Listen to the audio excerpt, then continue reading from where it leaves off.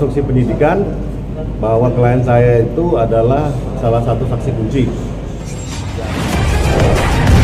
The News Star, information and entertainment.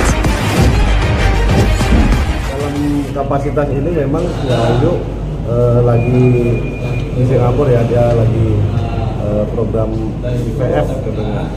IVF itu apa ya? Bayi tabung kali ya. Nah, kebetulan hari ini saya koordinasi sama pihak penyidik untuk beresin apa yang perlu diberesin. Jadi makanya insya Allah kalau memang sebentar lagi Ayu sampai, mungkin pemeriksaannya nggak lama, 2-3 jam, udah langsung clear, nanti turun lagi sini begitu. Jadi memang dia tadi bilang, Bang tolong sampaikan ke awak media, sebetulnya dia ragu mau ngelanjutin bantuin kasih keterangan ini karena dia terus terang dia simpati dengan anaknya si siapa? Lisa. Karena dia pikir dia juga seorang ibu, dia pingin punya anak, ya artinya nggak pingin dia kena karmanya. Artinya dia pingin memang masalah ini baik-baik saja. Artinya nggak pingin apa namanya dilanjutin sebetulnya. Cuman ya karena pelapornya bukan klien saya kan, dia cuma sebagai dipanggil, udah lihat kan panggilannya kan, sebagai saksi. Karena ini sudah pada tahap penyidikan, artinya memang secara gegap gempita, secara cepat penanganan perkara ini akan selesai mungkin kurang dari 1 bulan.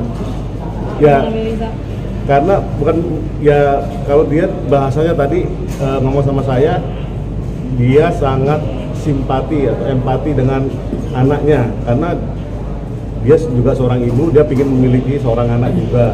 Makanya kan tadi dia bilang, Bang saya program IVF nih. Nah, terus emang apa hubungannya?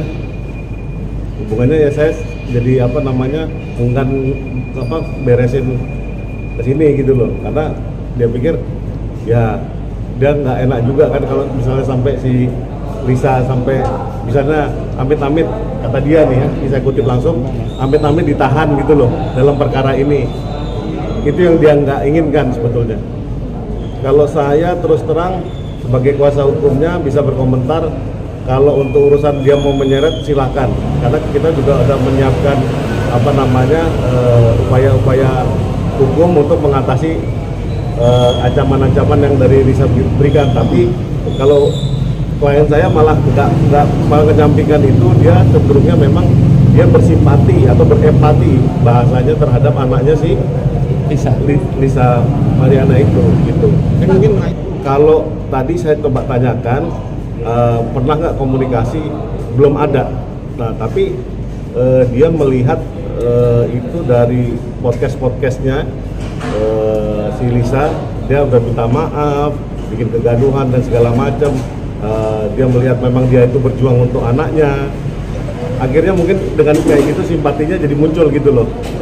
Kalau saya pribadi, saya menyarankan ke dia, ini karena ini perkara ini kamu adalah saksi kunci, ada baiknya dituntasin. Karena kenapa? Takut netizen menghakimi kamu bahwa kamu itu main-main. Jadi kita mesti tegak lurus dari awal, kita ingin menegakkan kebenaran, bahwa ingin meluruskan ini loh faktanya yang terjadi. Nah, jangan kita juga kendor gitu loh. Nah, cuman sebetulnya dia kalau untuk hari ini untuk ke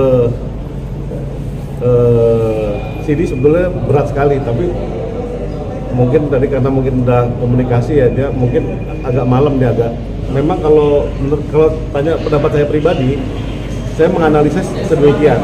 Karena kenapa? Klien saya itu terseret perkara ini karena dengan tidak bisa dibantah, LM itu menyebut inisial AA dengan terang benderang, katanya dia muncikari lah. Ya, saya mengutip dari pemberitaan sebelumnya ya. Kemudian dia itu makan duitnya 50 juta lah. Nah, tugas saya sebagai kuasa hukumnya adalah menjauhkan dia dari penjara. Nah, karena ini perkara ini sungguh dahsyatnya, ada seorang wanita yang sangat gagah berani, ya Safari, podcast ke mana-mana menyatakan bahwa dia adalah perawan yang notabene tahu-tahu punya anak dari seorang pejabat bekas gubernur Jawa Barat. Kan itu luar biasa. Nah, makanya dengan itu klien saya akhirnya memberanikan diri untuk menegaskan bahwa yang sebenarnya tidak sedemikian. Nah, tapi makin kesini dia melihat ini anak kasihan ya jadi objek gitu loh. Nah, apalagi dia dalam program yang mau bayi tabung tadi, IVF tadi, dia meng-highlight itu beberapa kali ke saya. Dia bilang, "Bang, tolong sampaikan ke awak media bahwa saya sangat bersimpati dengan anaknya itu karena jejak digital itu nggak mungkin hilang." Bisa dibayangkan, ya sebelumnya saya juga megang namanya perkara Sania Marwa ya. Kalau bisa diingat ya, itu berapa tahun nggak beres-beres juga, sampai sekarang juga nggak beres. Bayangkan itu kalau anak itu udah besar terus dia mengakses berita dan dia melihat pertempuran dari orang tua kandungnya, wah saya nggak ngerti ya apa yang akan dipikirkan anak-anak itu. Itu sih sebetulnya memang arahnya ke situ. Tidak ada tanda kutip bahwa ada kedekatannya itu akhirnya dia melunak, karena kan kemarin dibilang dia mucikari, dibilang dia yang mengenali juga. Nah sekarang dia melunak, artinya apakah ada, ya tadi bilang kan nggak ada komunikasi, apakah benar nggak ada komunikasi? Karena nggak mungkin kalau tiba-tiba melunak cuma gara-gara itu doang. Kalau itu saya sudah konfirmasi, saya tanyain berkali-kali, lu udah telepon si LM apa enggak?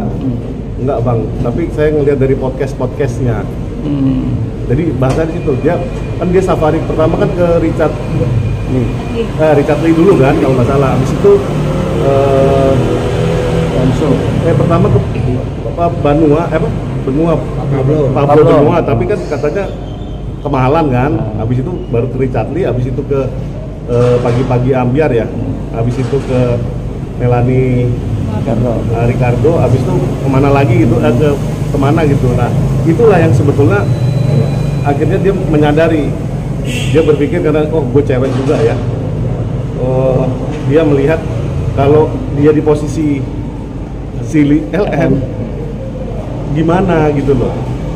Tapi saya kalau saya pribadi saya bilang ada yang salah ini sama si LM, karena terus terang kalau dia memperjuangkan hak anaknya, dia sudah bersuami loh, dan suaminya itu mengakui bahwa itu adalah anaknya sendiri.